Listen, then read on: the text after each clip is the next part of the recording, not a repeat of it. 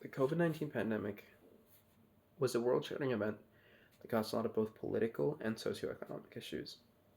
Of these, one that was most commonly overlooked was mental health. Now, the government did place a lot of economic solutions, but one of the main things that was overlooked was repeatedly mental health.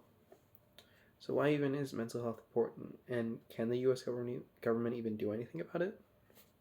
Well, since it is such a pressing issue, to understand these questions and to try to answer them, we need to look at three main things and show how it's important to mental health.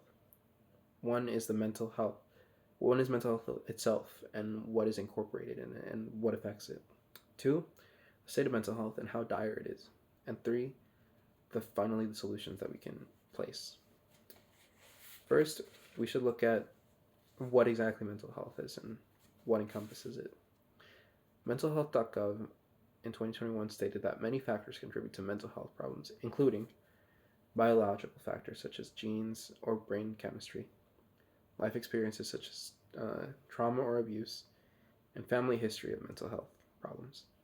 Now, these are all things that we all share, so it shows that it's not an individual thing.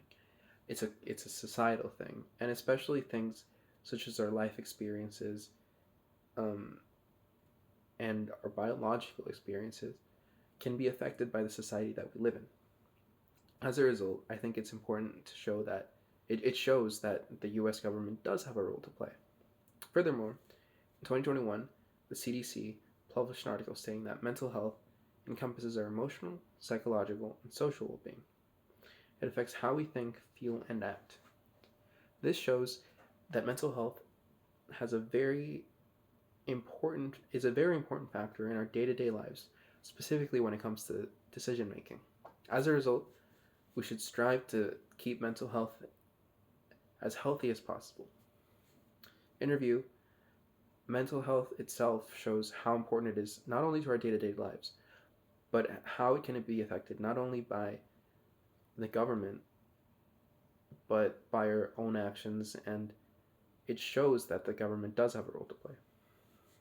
So now that we've looked at mental health itself, we need to look at this actual state of mental health in the US and why it's so dire. In 2021, the Digital Journal stated that while mental health of young people has been declining for over a decade, COVID-19 exacerbated this crisis. Another reason for the rise connects with socioeconomic factors like poverty, abuse, and violence. Now clearly, mental health is at an all-time low, and COVID-19 has affected it. Since the government has shown a clear willingness to help individuals during this time of need, it should focus on the effects of COVID-19 on mental health. Since even though it is a more commonly overlooked thing, the COVID-19 itself has caused things such as socioeconomic factors to change, and especially abuse and violence to change with the growing discrimination that has occurred because of COVID-19. Now, furthermore, in 2021, The Hill published an article stating that in the US, 10% of insured individuals account for 70% of all healthcare costs, and 50% of the high-cost individuals are categorized as behavioral health. Now, this shows that mental health is a very high-cost thing to take care of. And this shows that we should be incentivized to try to deal with mental health before it even happens. And the US government obviously has a role to play in this. Overall, the state of mental health in the country is very dire, and we need to do something about it. So what is there to do? What can the US government do? Or what can we do as a whole? In 2021, the Washington Post posted an article stating that research has shown that men often avoid seeking help because of gender expectations, that they should not appear vulnerable. This shows that oftentimes there is a stigma for mental health. One of the solutions that can be done about this is to educate people about mental health itself and provide non-judgmental ways to take care of and see it as just another thing that we need to look at, such as similarly to our physical health.